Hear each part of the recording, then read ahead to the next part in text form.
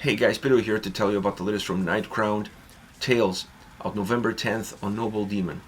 The album has 8 tracks, 42 minutes in length, and this is the band's third full-length studio record. They are a Swedish melodic Black Death metal band.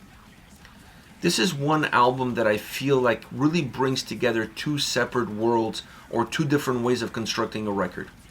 On one hand is an album that has great individual songs with a very well-defined fingerprint on each and every single one of them. But it's also an album that's able to put these songs in the right order, creating the right path so that the listener can immerse themselves in the experience of listening to this record. An album that's designed for you to sit down and go through it from first all the way to the last song. As far as the sound is concerned, let me start off by saying that this is not a one-dimensional record. Not that I was expecting it to be, not that the predecessors were. But it's an album that has a lot of quality to it. First of all, it has quality in the size of the sound. For an album that sounds this big, it's really well defined. You never see the sound dissipate. You don't see the sound hitting any borders and coming back again. It's not fuzzy around the edges. It's a really well defined overall big sound, big experience style record with a lot of power in it, a lot of volume, a lot of thickness, a lot of texture, a lot of layers. It's a very complex record from that standpoint because there's a lot of different moving pieces within it. The sound is not streamlined, the sound is really layered, and when you have a layered album, sometimes it's easy to see some of those layers intertwining with one another, and the definition of what each layer is giving becomes less and less clear with every passing song. It's not the case here.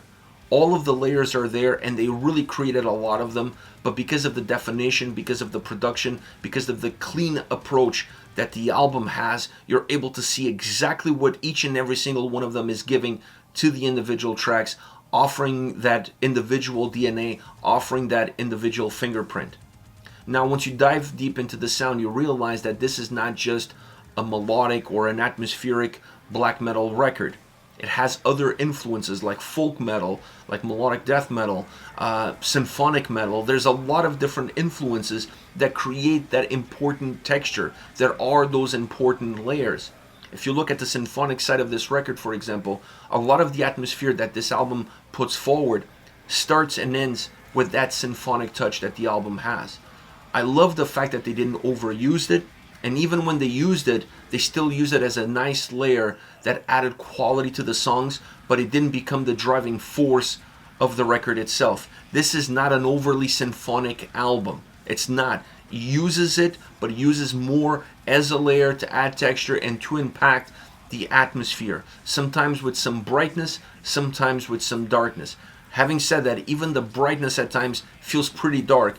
But it still has that same impact. It's still creating an atmospheric balance. It's still creating a very nice atmospheric layer that in some songs becomes a little bit more predominant, never driving the songs, but a little bit more predominant. In some songs it becomes a little bit less important and becomes a thinner and thinner layer.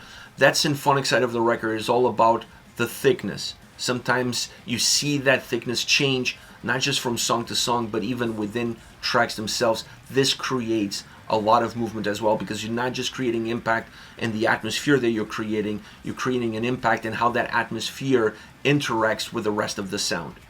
Now, the guitars on this record sound phenomenal, outstanding. Definitely one of the main pillars of the entire sound of this album.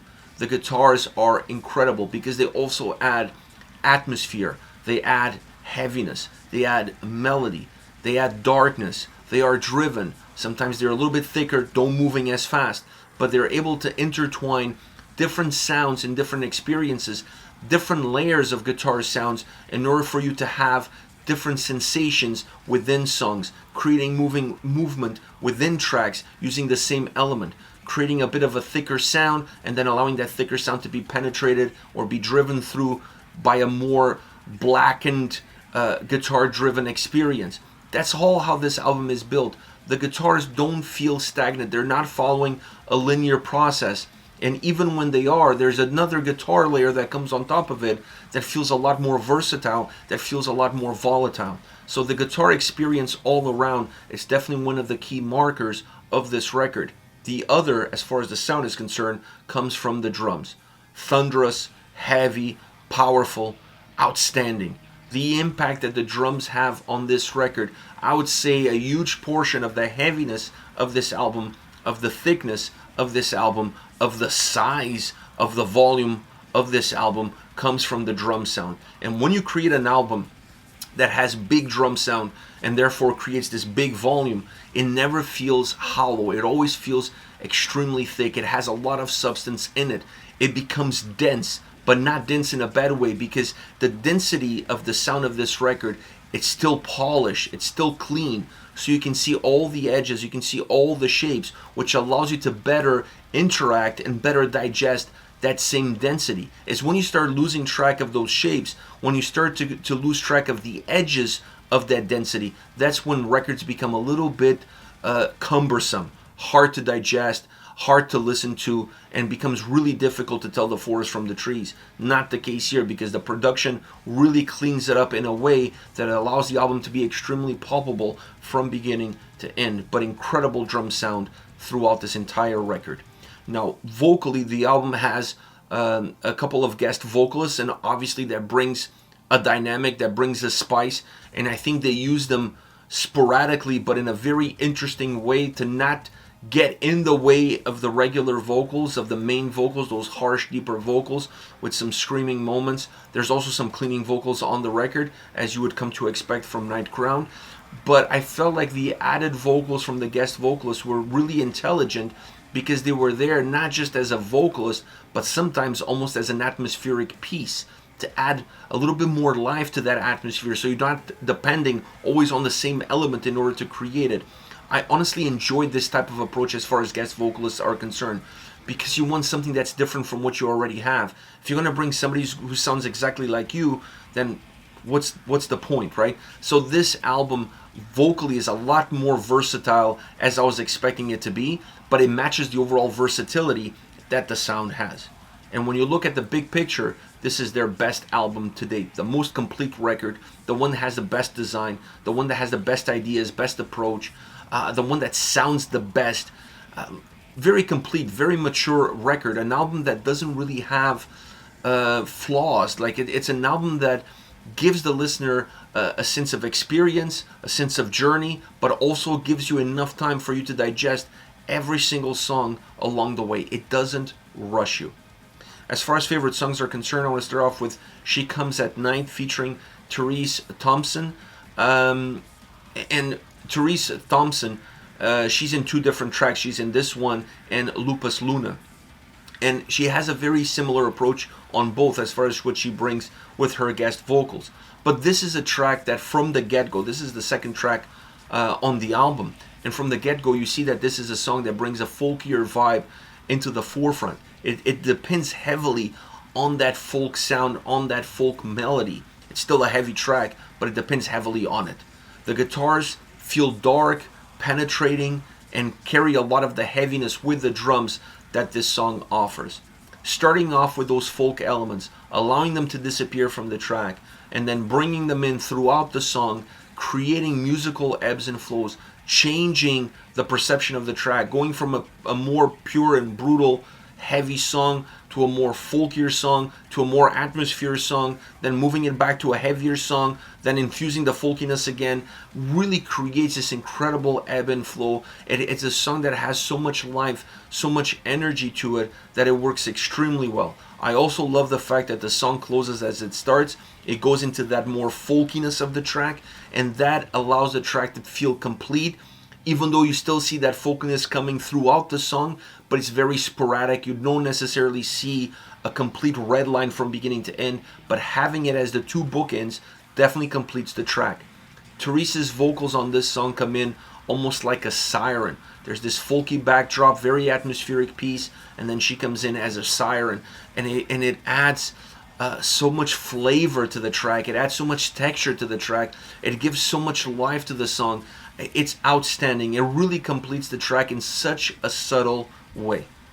Next we have Loviatar, and I love the fact that this track opens up with like a church organ, because while it is beautiful, while it is very symphonic, there's also a little bit of a darkness, associated with it. And this song really uses that right from the get-go to put that seed in the back of the mind of the listener.